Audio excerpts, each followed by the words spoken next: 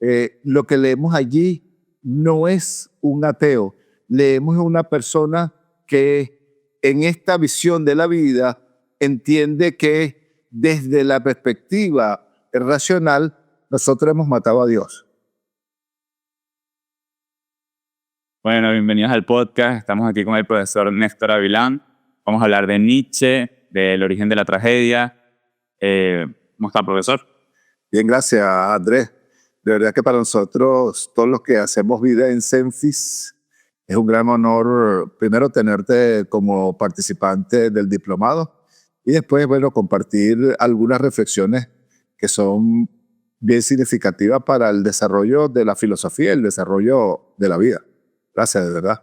Gracias a usted. Bueno, me gustaría comenzar preguntándole cuál fue la importancia de Nietzsche como filósofo en la época en la que se desarrolló su pensamiento. Un poco no abre boca. Bien, hay que describir a la modernidad como un momento muy importante dentro del desarrollo del pensamiento, del desarrollo de la cultura y por ende el desarrollo de la filosofía. La filosofía en la época moderna, su gran preocupación fue la preocupación por el conocimiento, la preocupación por el desarrollo cultural post-Edad Media. Querían desarraigarse del pensamiento religioso para asumir un pensamiento, pudiéramos decir, mucho más secular, menos religioso. Eso no ocurrió del todo porque la sociedad en la época moderna estuvo muy arrastrada y muy desarrollada con respecto al desarrollo de la vida y la religión.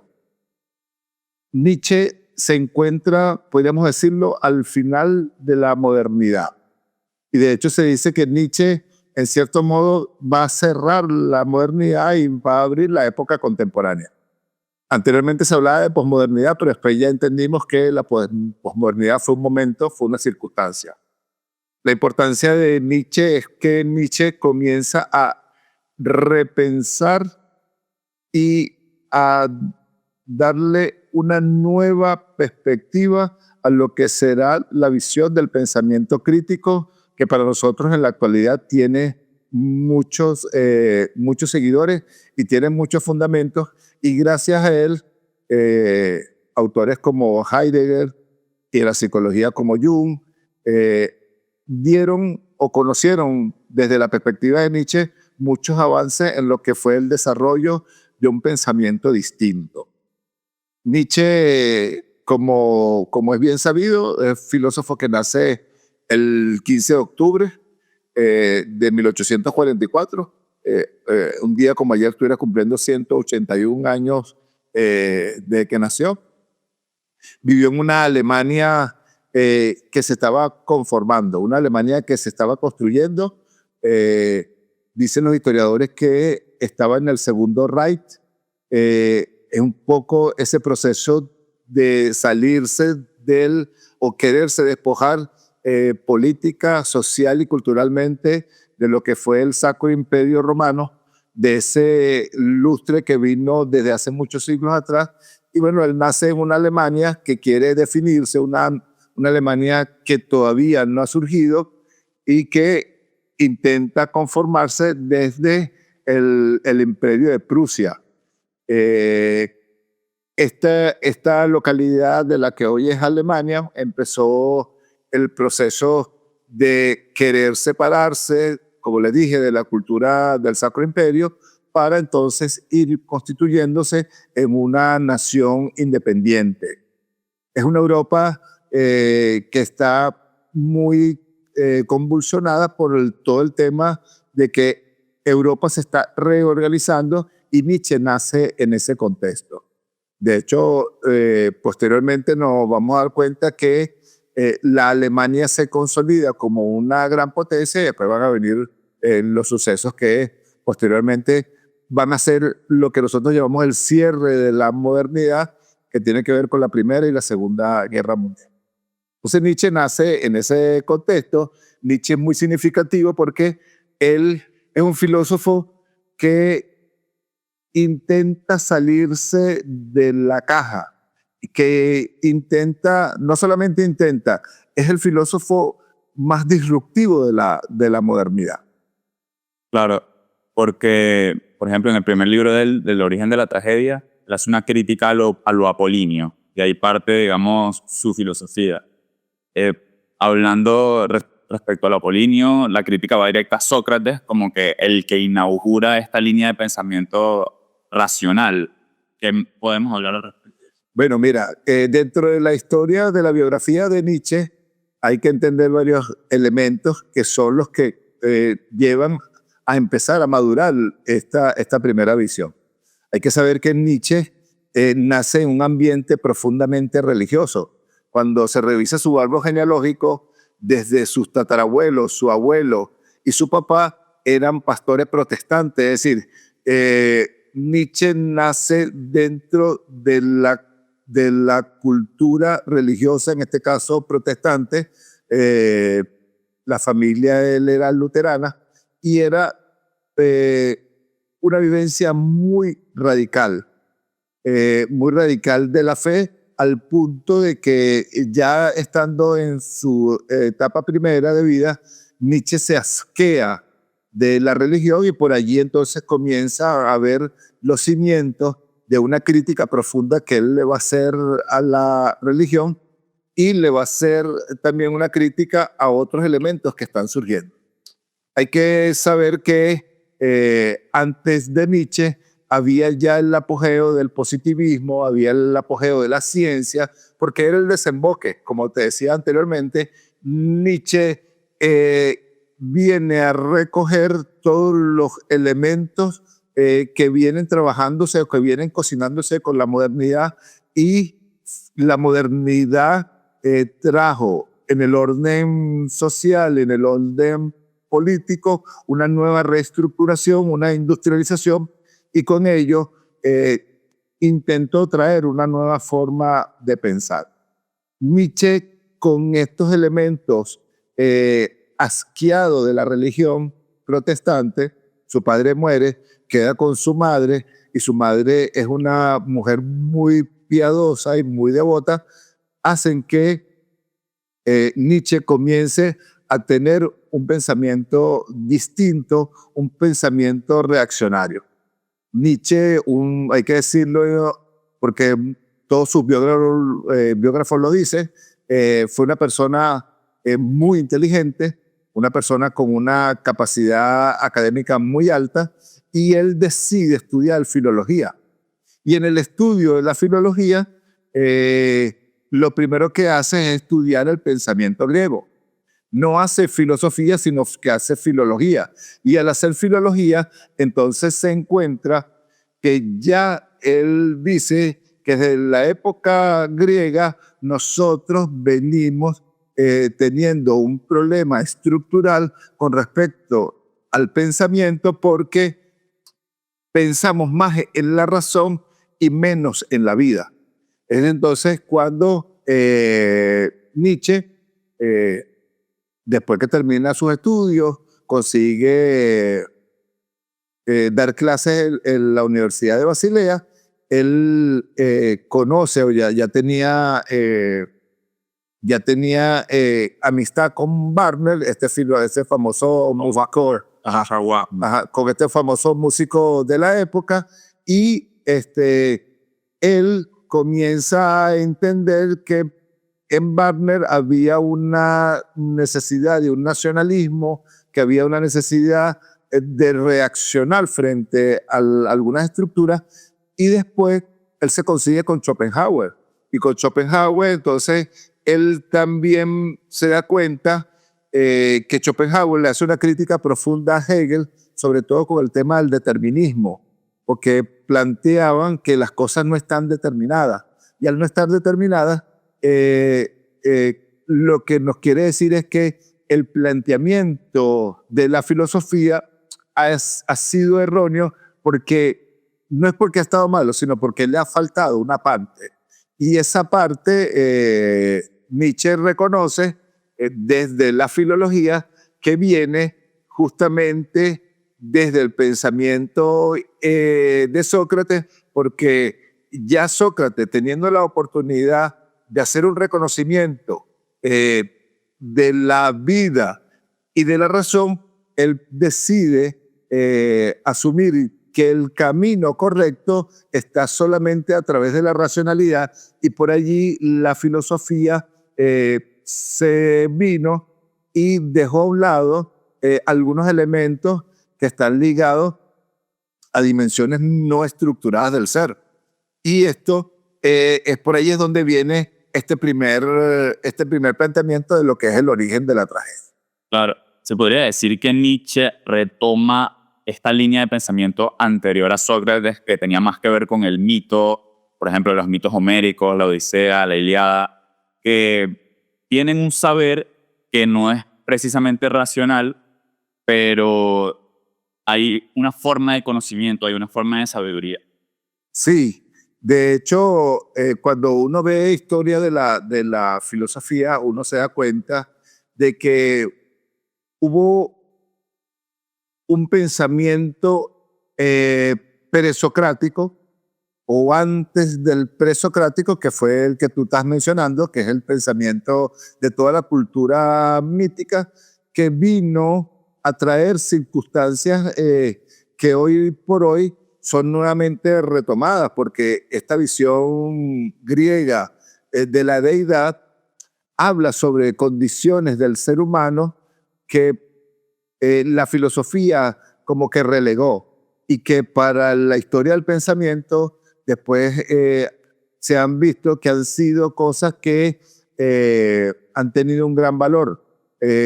Los antiguos dioses luchaban, los antiguos dioses sentían celos, los antiguos dioses sentían felicidad, los antiguos dioses se enamoraban, los antiguos dioses manifestaban una visión íntima del ser, que la filosofía, cuando se empezó a construir desde Tales de Mileto y después posteriormente con Parménides y Pitágoras, comienza a relegar estas circunstancias, es decir, esta dimensión de la vida que al final termina siendo una gran necesidad y una gran deuda histórica que la filosofía, como te dije anteriormente, no logró entender y no logró como que llevarla a fondo. Y después, bueno, poco a poco vamos a ir viendo que eso ha traído problemas, y problemas que para nosotros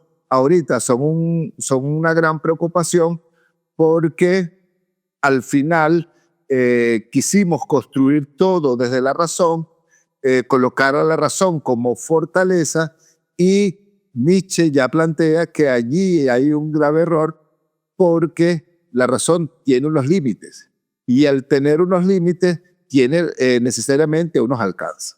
Exacto. Me recuerda esta parte del origen de la tragedia, cuando Nietzsche dice que la ciencia, cuando llega a su límite, se muerde su propia cola y necesita de mitos para seguirse sosteniendo. Serían, por ejemplo, los mitos de progreso.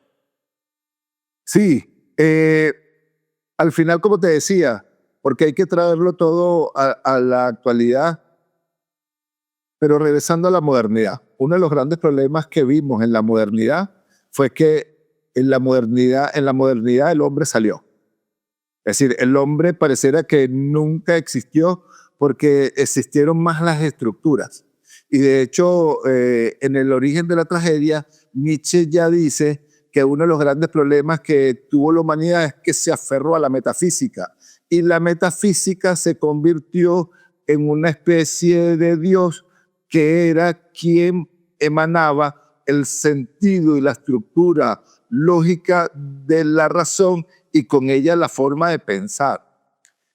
¿Qué trae esto como consecuencia? Bueno, que nosotros tenemos un pensamiento muy racional, y después posteriormente tenemos una moral muy racional, y tenemos una vida muy racional, y esto cuando tú vas a lo cotidiano tú te das cuenta, y Nietzsche es uno de los primeros que plantea el vitalismo, plantea que bueno, la vida va por un lado, ¿sí?, con sus circunstancias, con sus revés, con sus altibajos, con suya lógica. Y la academia y la racionalidad va por otro lado. Yo creo que la psicología, y por eso surge ella, ha tenido un gran auge y ha tenido una gran necesidad dentro de la sociedad, es porque justamente el hombre fue educado hacia afuera o hacia la racionalidad y nunca hacia la vida. Y este elemento ocurre justamente porque, ya lo planteaba Nietzsche en El origen de la tragedia, quisimos estructurarlo todo, pero aquello que no se pudo estructurar, eso lo dejamos y lo planteamos como emociones, como sentimientos, y ello dentro de la filosofía entra como material de segundo grado, como material que probablemente no sea necesario, y nosotros nos hemos dado cuenta ahorita que hemos tenido un progreso significativo en la ciencia, pero en la dimensión del conocerse en lo humano, en lo cotidiano, ahí tenemos una gran deuda, porque no hemos llegado a saber hacia dónde y cómo conocernos a nosotros mismos. Claro. Sí, Nietzsche dice que lo dionisíaco trae renovación. Y en esa renovación, en la psicología, por ejemplo, no es como que haya un equivalente en todas, pero en la junguiana yo lo veo cuando se habla del encuentro con la sombra. Eso, vamos al mito de Dionisio. Por ejemplo, Dionisio es despedazado por fuerzas titánicas, por los titanes, y luego renace a partir de ser incubado en la pierna de Zeus. Como que renace de alguna forma más elevado. Siento que hay una enseñanza en ese mito que, de hecho, Nietzsche lo comenta, ¿no? Pero, ¿qué opinas? ¿Qué es para ti lo dionisíaco? ¿Qué enseñanza se puede sacar de Mira, dionisíaco? yo siento que lo dionisíaco tiene que ver con, como te decía, con los elementos propios de la vida y de la cotidianidad, donde el ser humano ríe, pero también llora, donde se estresa, pero también se alegra, donde hay situaciones que probablemente en la lógica racional no tienen alguna explicación, pero que definen y connotan circunstancias de la vida que son necesarias. Muchas veces nosotros descríbeme el amor, entonces voy al concepto, pero no voy a la vivencia. El amor pienso que no es tan estructurado, la libertad. Hemos construido grandes conceptos, pero esos conceptos muchas veces no son el reflejo de la vida, porque la vida plantea otros elementos, otras formas, porque nosotros estamos aquí, pero después cuando salimos hay un torbellino, hay un absurdo, hay un sinsentido, pero también hay un ápice de felicidad, hay un encuentro, hay desencuentro, hay amor, hay desamor, hay arte, hay formas de expresión del ser que no necesariamente están cubiertas desde la racionalidad que la filosofía o la misma ciencia han querido ayudarnos y ver. Pienso que muchas veces algunos filósofos, algunos psicólogos se encuentran muchas veces incapaces de dar respuestas posibles porque la ciencia tiene su límite y la vida al final te va llevando por otras circunstancias, por otros elementos que son más simples, pero con la ciencia nosotros le hemos querido dar todo un rebusque y al final sí conocemos algunas cosas, pero el elemento central que tiene que ver con el celebrar la vida, con celebrar con todos los elementos que te van ocurriendo en las distintas dimensiones del día a día y del ser, esas poco las valoramos. Y de hecho, yo te decía, ahorita es muy utilizado Nietzsche porque con Nietzsche hay un retorno al decir, epa, tenemos que generar procesos de autosuperación, tenemos que generar un proceso de un nuevo orden donde yo tenga que ser necesariamente reaccionario a las estructuras, porque ese es uno de los planteamientos centrales de la filosofía de Nietzsche. ¿Cómo reaccionar frente a la estructura que me dice ¿qué es lo bueno? Y muchas veces lo bueno no te hace feliz. Entonces prefiere una sociedad construir estándares de bienestar, pero pocos estándares de felicidad. ¿Sí me explico? Entonces esos elementos son los elementos que en lo dionisíaco nosotros hemos perdido porque, como te decía anteriormente, no tenemos cómo estructurarlo. Y al no tener cómo estructurarlo, pensamos que se nos puede escapar y puede ser muy relativo y muy ambiguo.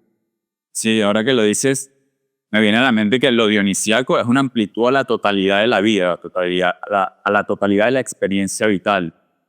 Es decir, al dolor y a la celebración. En mi adolescencia leyendo Nietzsche, para mí esto yo lo interpretaba como que, bueno, la fiesta, el vino, la celebración. Pero también viéndolo por otro lado, cuando Nietzsche habla de la tragedia, él dice que hay una síntesis de lo dionisíaco y lo apolíneo porque hay dolor en la tragedia y ese dolor genera una catarsis en quien la observa, ¿no? Y yendo un poco más hacia adelante, Nietzsche habla de esta etapa de la modernidad o el fin de la modernidad cuando pronuncia la muerte de Dios. Y mucha gente lo toma como Nietzsche es un ateo o Nietzsche era un nihilista, pero en realidad lo que a mí me parece es que él estaba diagnosticando esa época y luego proponiendo algo o tratando de proponer algo que nos llevara más allá, ¿no? ¿Qué es para ti ese nihilismo que él diagnostica? Sí, mira, aquí hay varias cosas. Yo siempre he dicho que con Nietzsche uno puede saber qué tanto has aprendido tú de la filosofía o no. Porque Nietzsche a lo largo de la historia tuvo mala fama. Él tuvo esta perspectiva de que era el filósofo ateo, que era el filósofo de la inmanencia y que él no creía en nada. Cuando uno en la Galla Ciencia, en el aforismo 125, él habla sobre la muerte de Dios, lo que leemos allí no es un ateo, leemos a una persona que en esta visión de la vida entiende que desde la perspectiva racional nosotros hemos matado a Dios. Y él dice, Dios ha muerto, nosotros lo hemos matado. Es decir, de hecho él se hace partícipe como aquel que ha matado a Dios. Pero no es que Dios no existe, sino que es una visión, ahí se ve en ese aforismo, quien quiera puede buscarlo y verlo, se ve un lamento profundo porque él dice, la humanidad se encuentra ahogada en una metafísica, en una serie de ideas y conceptos, y allí también metió a Dios. Y como metió a Dios en desde esa perspectiva metafísica, nosotros día a día matamos a Dios porque ese no es el Dios que nosotros pudiéramos necesariamente creer, porque este Dios, que nos vendieron, definitivamente ha muerto. Nietzsche, no podemos decir que Nietzsche no hace una apertura a la trascendencia, sino que Nietzsche hace una crítica profunda a la religión. Son dos elementos distintos. Una cosa es una crítica a la religión, que es la crítica a la moral, que es la crítica a las costumbres, y por eso es que a él se le llama el padre del nihilismo, porque entonces él hace una crítica profunda, pero eso no tiene que ver una cosa con la otra.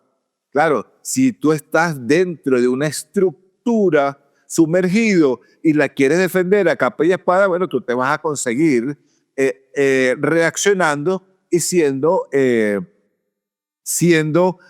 aquel que condena a Nietzsche como un ateo. De hecho, cuando uno ve en Así habló Zaratustra, pero el tema del superhombre, el superhombre no lo sabemos, pero nunca niega la trascendencia. Hay un camino del camello al niño, pero en el niño hay apertura, y en esa apertura, la apertura a la trascendencia es una incógnita. Nietzsche es un filósofo abierto.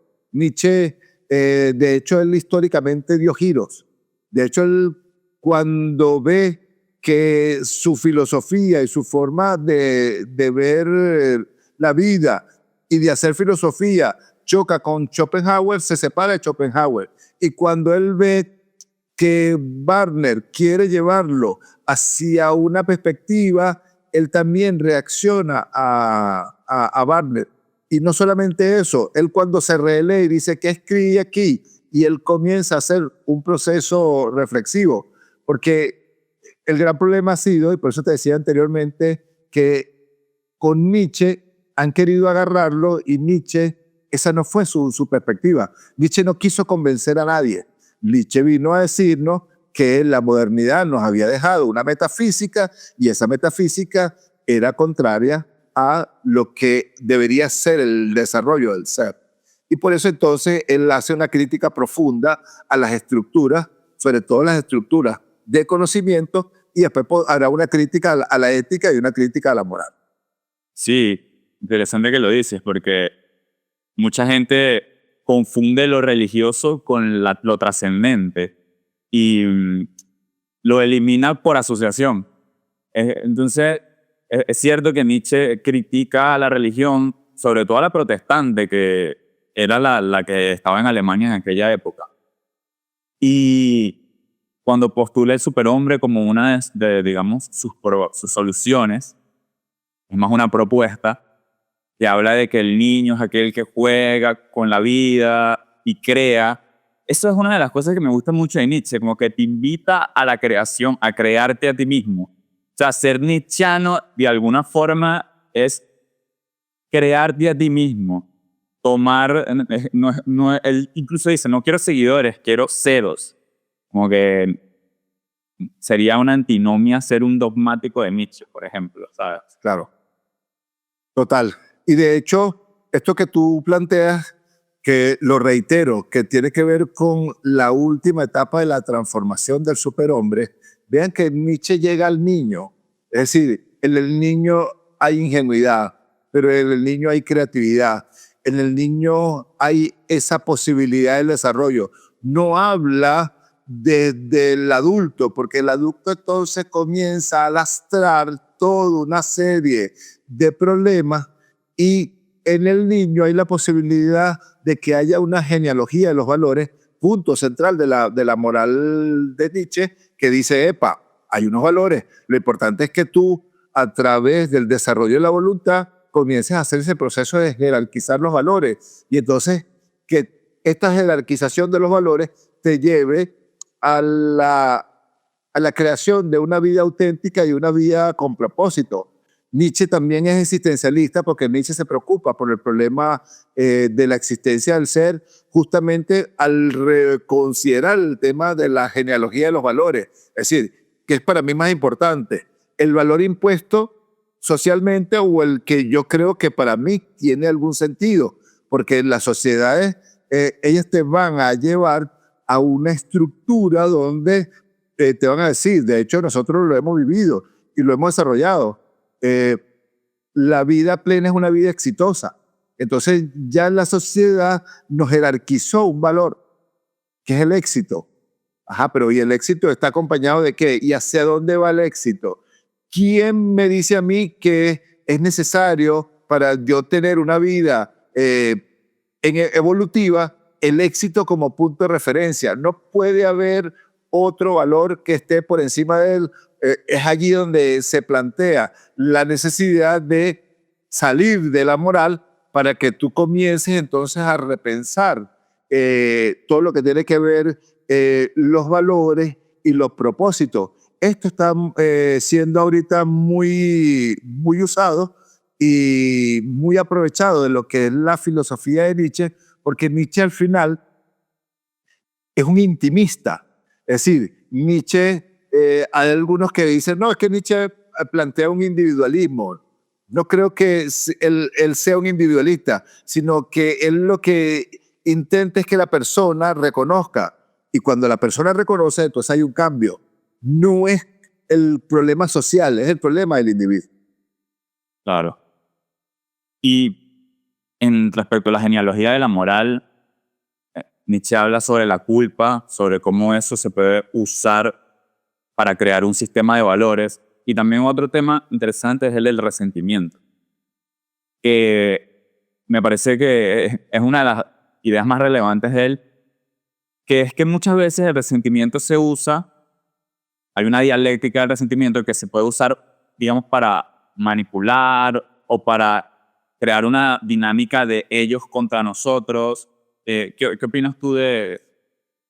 Sí, de hecho, en la primera etapa del camino del superhombre es la visión del camello, es decir, la visión que históricamente hemos tenido que somos seres de carga, es decir, Nietzsche hace una reactividad a lo que él llama esa moral de esclavo, es decir, ¿por qué tengo que ser un cumplidor de algunas tradiciones que lo que son tradiciones? Son elementos, son cargas estructurales que impiden que el ser humano pueda evolucionar, que pueda crecer. Entonces, allí hay un elemento que, como te digo, en la actualidad tiene mucho valor porque hay una apertura al... La palabra relativismo a algunos les causa mucha aspereza, pero es justamente a decir, ajá, ¿qué elementos hay dentro de esta moral que yo tenga que asumir y bajo qué circunstancias? Entonces, Nietzsche es el que hace más consciente este proceso y te dice, bueno, mira, tú haz el camino para que en este desarrollo de la voluntad tú entiendas que tú tienes que salirte de esas estructuras que al final son estructuras de dominio. Y esas estructuras de dominio lo que han hecho es condenarte a que tú seas el camello, a que todo lo cargues. Entonces cargas con una culpa, cargas con un rencor, cargas con una serie de elementos que son elementos de dominación y que Nietzsche ya estaba claro que en las religiones se encontraba el mayor peso y se encontraba en la mayor forma de dominación. Entonces Nietzsche dice, bueno, vamos a salir de estas estructuras que al final matan, en este caso, al superhombre. De hecho, en la Gaia Ciencia, también Nietzsche habla sobre la muerte del hombre. Así como murió Dios, muere el hombre. ¿Por qué muere el hombre? Justamente, vamos a la razón metafísica, la forma como nosotros nos hemos autoconocido ha sido muy racional y al ser muy racional hemos perdido otras dimensiones del ser. Y, por ejemplo, Nietzsche, después más adelante, habla de la voluntad de poder, ¿no? Como esta idea casi metafísica que a partir de la cual él dice cosas como, por ejemplo, que la felicidad no debería ser o no es el fin último de la vida, sino que esta es una consecuencia del aumento de la voluntad de poder, del ensanchamiento de la fuerza. ¿Qué opinas tú de eso? Sí, bueno, mira, aquí volvemos al momento histórico, porque uno de los grandes problemas que tuvo la filosofía de Nietzsche fue que Nietzsche vivió mucho tiempo enfermo. Y de hecho, se cae de un caballo, queda paralítico, pero anteriormente a eso Nietzsche sufre problemas de la vista, sufre problemas de dolores de cabeza. Nietzsche es atormentado históricamente por la salud y él siempre vivió como postrado. ¿Por qué te llevo a este punto? Porque hay una hermana de Nietzsche que ella sí era muy nacionalista, se fue a Uruguay con su esposo estando por allá se mete en un problema, el esposo se suicida, ella se vuelve, se encuentra pobre, ve que Nietzsche comienza a tener repercusión en lo que es el pensamiento de esa Alemania. Las obras de Nietzsche fueron muy apreciadas, sobre todo por este tema del nacionalismo, cómo construir una nación independiente saliéndonos de las estructuras. Entonces, claro, hay muchas cosas de la filosofía de Nietzsche que están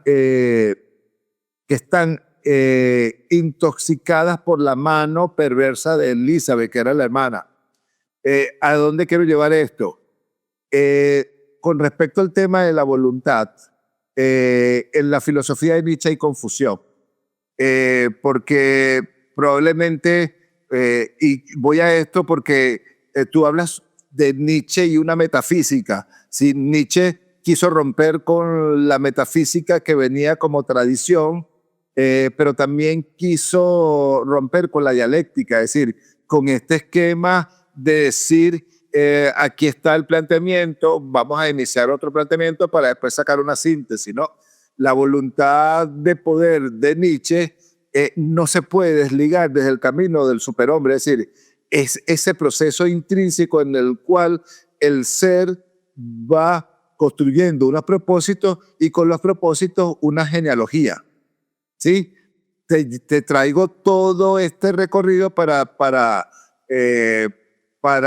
darte a entender que el tema voluntad y poder en Nietzsche no va ligado a una visión más estructurada, sino justamente a esa posibilidad que tiene el ser, planteaba Nietzsche, de reconstruir una nueva moral, no siendo la moral de esclavos, la moral tradicionalista, pero sino siendo ese camino donde yo comienzo a repensarme fuera de la moral.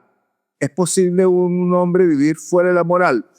Yo creo que ese es el camino auténtico del superhombre que planteaba Nietzsche. Es decir, la moral, uno puede decir que la moral históricamente ha sido contraria. ¿Por qué? Porque ella lo que ha generado es dependencia, supresión y justamente el apostar por lo apolíneo y no por lo dionisíaco. Hay una frase de Nietzsche que me gusta, que él dice: el olvido es una facultad activa de un organismo sano, que digiere las acciones como comidas pesadas. Y esto me trae sobre lo de que hablamos del resentimiento, de que tú no puedes ser un creador si mantienes resentimiento en ti. Es decir, si la mayor parte de tu energía está enfocada en la crítica, en el otro, en lo que hace mal el otro, como digamos desde una moral de esclavo, no hay oportunidad de crear, de ser un creador, un niño. Y me parece curioso porque Nietzsche en su filosofía tiene como que un lenguaje bastante orgánico a veces, como cuando dice en Los despreciadores del cuerpo: el cuerpo es una gran razón a la que tú no sabes escuchar. No dice yo, pero hace yo. ¿Qué crees que podemos rescatar del cuerpo en Nietzsche? Sí, bueno, como tú muy bien lo planteas, es justamente cómo rescatar ese vitalismo, es decir, esos elementos que escapan de la razón, pero que son parte de la vida, que son parte de lo cotidiano. Cómo reír, cómo llorar y cómo asumir esos elementos que están, como te decía anteriormente, ellos están, lo único es que nosotros no hemos sabido darles formas. Y al no poder darles formas o darles la posibilidad de salir, si no es desde una racionalidad, entonces ellos lo que hacen es convertirse como que en una gran bomba de tiempo. Y aquí es donde vienen los grandes problemas que tiene la humanidad ahorita, que poco se conoce, que poco arriesga, que poco es feliz, porque la felicidad tiene una visión racional. Defíneme qué es la realidad, es decir, defíneme qué es la felicidad. O sea, es necesario un concepto para yo construir el valor, es decir, hay elementos que no están dentro de la racionalidad y que tienden a ser circunstancias muy positivas y muy importantes. Hoy estoy hablando con una amiga en España que me decía algo que es muy interesante, que ahí, Andrés, yo te digo que es donde se encuentra lo dionisíaco. Néstor, me dice ella, por aquí todo bello, todo bonito, todo organizado, gano bien, como bien, esto es perfecto, aquí todo es posible, pero mi vida no está aquí, mi vida está en Venezuela y yo deseo es irme a Venezuela y tú no sabes todo lo que yo anhelo por estar en Venezuela y entonces, ¿sabes? En Venezuela hay caos, En Venezuela hay tantas circunstancias, en Venezuela hay altibajos, en Venezuela hay una serie de elementos que tú dirías, bueno, yo prefiero salir corriendo, pero es decir, ¿a dónde te llevo? Lo apolíneo me lleva a pensar que la vida va por aquello de lograr estabilidades. Sí, la casa, el carro, la profesión, la familia, todo ese tema estructural. Pero cuando te encuentras con la vida y cuando te encuentras con la intimidad, tú te das cuenta que hay una voluntad que se ha ido perdiendo, un esquema del ser que se ha ido inhibiendo y que al final te termina haciendo un pase de factura porque yo entendí en lo que ella me planteaba que esa no es la vida, que esa no es la vida que ella quiere vivir, que ella quiere vivir una vida, pudiéramos decir nosotros, más dionisíaca, más abierta, menos estructurada, en la cual ella pueda ser en plenitud. Y entonces tú te das cuenta allí que hay una gran falta porque se nos han vendido formas de ser, formas de estar, formas de convivir, que al final ha sido un gran fracaso. Y esto no lo dice las estadísticas, sino que al final, y hay grandes universidades que se han dado cuenta que hay visiones desestructuradas del ser que son más importantes, porque allí es donde se concentra el verdadero valor de la vida. Sí, ahora que lo dices, me recordaste la conversación que teníamos ahorita, antes de empezar a grabar. Yo siempre he sentido que en Venezuela los venezolanos tenemos en gran parte un espíritu dionisíaco. Te había dicho que Latinoamérica, pero ahora que lo pienso mejor, es un poco más una cuestión caribeña. Tú me dijiste que no estabas tan de acuerdo. ¿Por qué o qué opinas sobre eso? Sí, bueno, es lo que te decía, pues, porque culturalmente, sí, nosotros somos un pueblo abierto, pero pareciera que las estructuras, sobre todo aquellas que intentamos seguir, lo que nos llevan es justamente a ese sinsentido. Yo no critico el problema de la migración, porque la migración ha sido para nosotros un elemento de trascendencia, pero han buscado elementos estabilizadores que sí son necesarios, no los podemos desligar y son elementos que son reales, pero al final como que se termina imponiendo la tradición. ¿Cuál es la tradición? Muchachos, si tú no estudias no vas a ser alguien, si tú no trabajas no vas a ser alguien, si tú no tienes una familia no vas a ser alguien. Es decir, hay una sobreestructuración del lo apolíneo que pareciera que es el norte. Y bueno, sí, el venezolano es más alegre, el venezolano es más abierto. A lo mejor por eso es que también hemos aguantado una serie de situaciones porque al final le hemos llevado la vida con muchos tropiezos, con muchos golpes, que no deberíamos, pero al final yo creo que siempre la sociedad y culturalmente nos llevan hacia lo apolíneo, es decir, hacia el muchacho, enderézate, busca el hilo, busca la razón, busca ser exitoso, ¿sí me explico? Busca estos elementos que son los que históricamente, tradicionalmente, te van a dar a ti la posibilidad de tener ciertas estabilidades y al final terminan siendo un gran sinsentido porque le falta la otra parte que es la otra dimensión que es de esa vida que ocurre. Claro. Sí, de alguna forma hay una ligereza en el espíritu venezolano, dionisíaca, que recuerdo cuando Nietzsche dice esto de que la inteligencia de un hombre se mide por la dosis de humor que es capaz de utilizar. Y realmente es sabido que le sacamos un chiste a todo y la cantidad de comediantes que tenemos es infinita. Pero tú opinas, por ejemplo, que a mí me parece que hasta cierto punto la estructura sirve, es útil.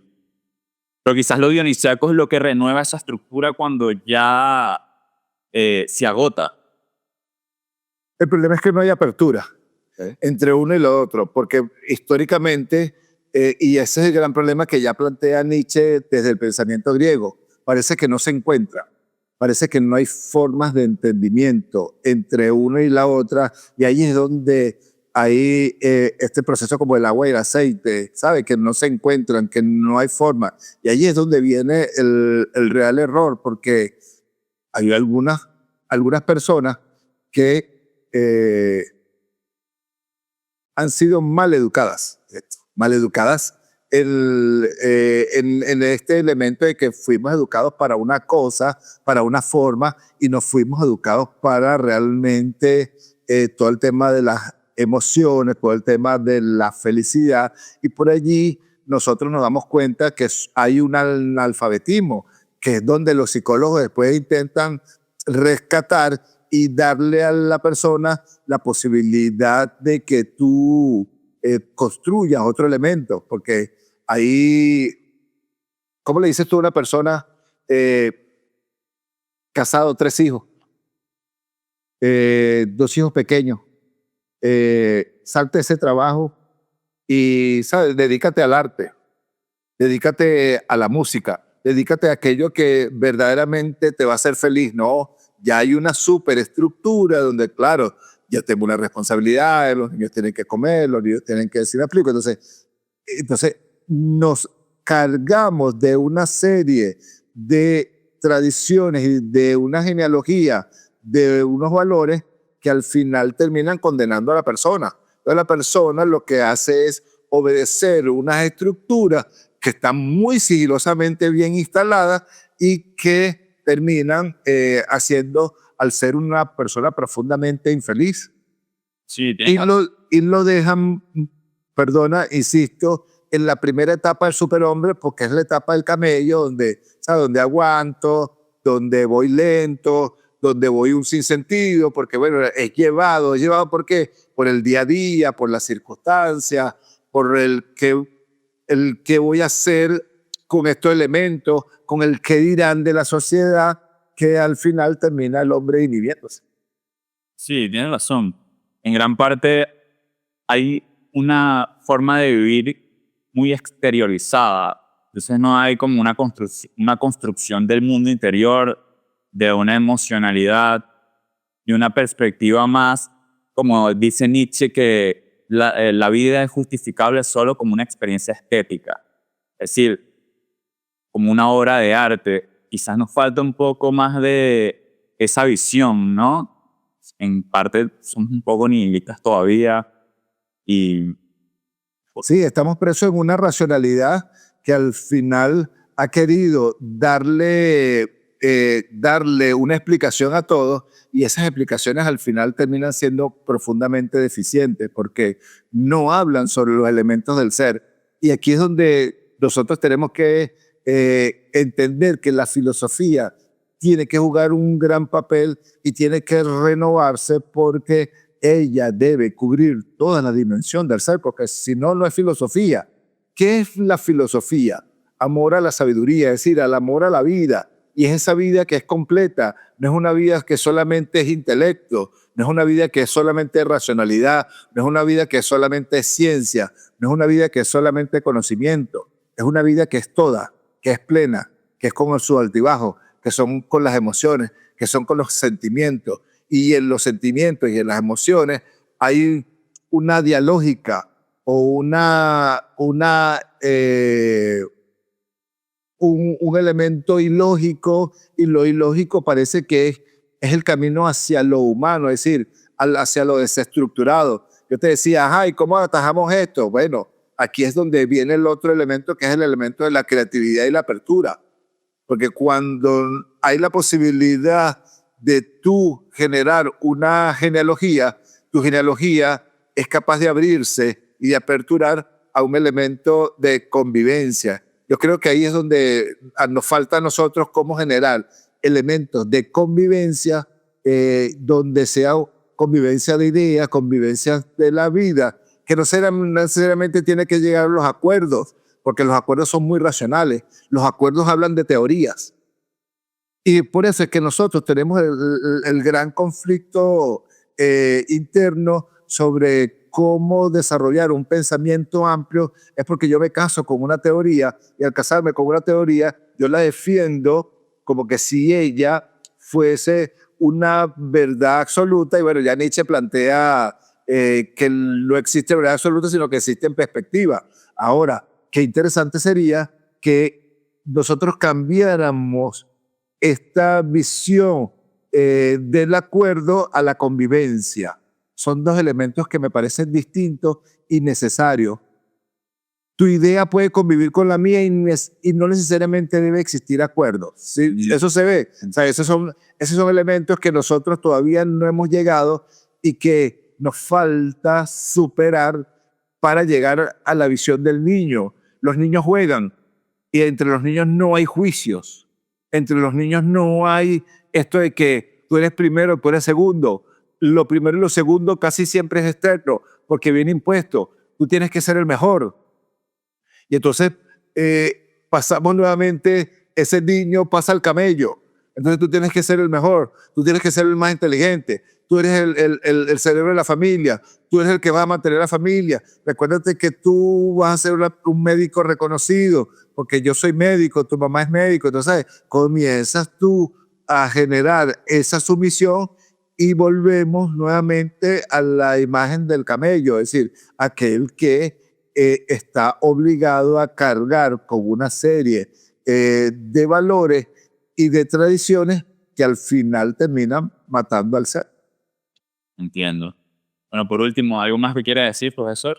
Bueno, nada, Nietzsche es un autor muy interesante, como te decía, hay mucha gente que ahorita lo está redescubriendo, hay mucha gente que se está nuevamente encontrando con su obra porque ha habido esa apertura y ha habido esa posibilidad de que otros filósofos y otras personas comiencen a mostrar el lado correcto, si pudiéramos decirlo así, de Nietzsche, que no es el ateo, sino que es el promotor de la vida, que es el promotor de la vitalidad, que es el promotor de lo dionisíaco, que tiene que ver con esta apertura al arte. Hay que decirlo, Nietzsche era músico, no lo pudo ejercer por toda su condición, pero él amaba la música y es desde desde el punto más alto de su visión artística,